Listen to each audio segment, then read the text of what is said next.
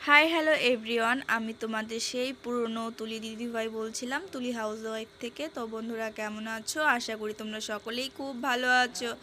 আমিও ভালো আছি। অনেক দিন পর তোমাদের সাথে কথা বলতে আসলাম। তোমাদের ছাড়া আমি খুব খারাপ ছিলাম।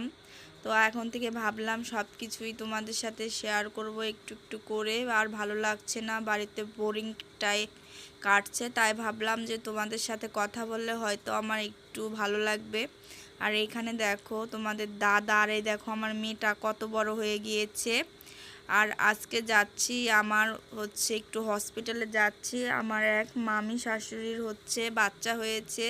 তো তারা খবর দিল যে তারা হচ্ছে গাজল মেডিকেলে আছে, ওখানেই যাচ্ছি। ছোট্ট একটা ভাই হয়েছে, ভিডিওর প্রথমে শুরুতেই বললাম আমাদের ভাই হয়েছে, মামিটার পরাপর দুটো মেয়ে, 3 নাম্বার বাচ্চাটার ছেলে হয়েছে। যাই হোক, ভগবান তুমি সবার মনের আশা পূর্ণ করে দিও। যার ছেলে আছে তাকে মেয়ে দিও, আর যার মেয়ে আছে তাকে একটা ছেলে দিও। সবারই আশা থাকে ছেলের পর মেয়ে বা মেয়ের পর ছেলে। আর এই দেখো আমরা চলে আসলাম গাজল। আর এখান থেকে খুব বেশি দূরে নয়। তো তোমাদের বাড়ি এর গাজলের আশেপাশে কার কার আছে অবশ্যই আমার কমেন্টস বক্সে এসে জানাবে। আর এই দেখো আমার মেয়ে হচ্ছে গাড়িতে উঠলেই ঘুমিয়ে যায়। আর তোমাদের দাদাকে পাঠালাম যে মনির জন্য, বাবুর জন্য জামা কাপড় নিয়ে আসো। তো ওখানেই হচ্ছে জামা কাপড় আনতে যাচ্ছে। আর আমার মেয়ে দেখো এখন ঘুমিয়েই পড়ে আছে, আমি এখানে বসে আছি। আর এই দেখো যাচ্ছিলাম, আর ভাবলাম যে আর কত দূর বসে থাকতে থাকতে আর ভালো লাগছে না, আর চলে আসলাম গাজল হসপিটালে।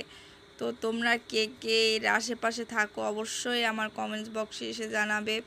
আর অনেক দিন হচ্ছে ভিডিও করা হয় না, তোমাদের সাথে কিচ্ছু শেয়ার করা হয় না, মনটা আমার খুবই খারাপ। তো তোমাদের সাথে আমি আবার নতুন করে আমার জীবনটা শুরু করতে যাচ্ছি। তো বন্ধুরা, তোমরা সকলেই আমার পাশে থাকবে, আমাকে একটু সাপোর্ট করবে, তাহলে হয়তো আমি একটু তো ভালো থাকবো, তোমাদের কাছে সব কিছু শেয়ার করতে পারবো। আর এই দেখো এখানে হচ্ছে আমাদের ভাইটা।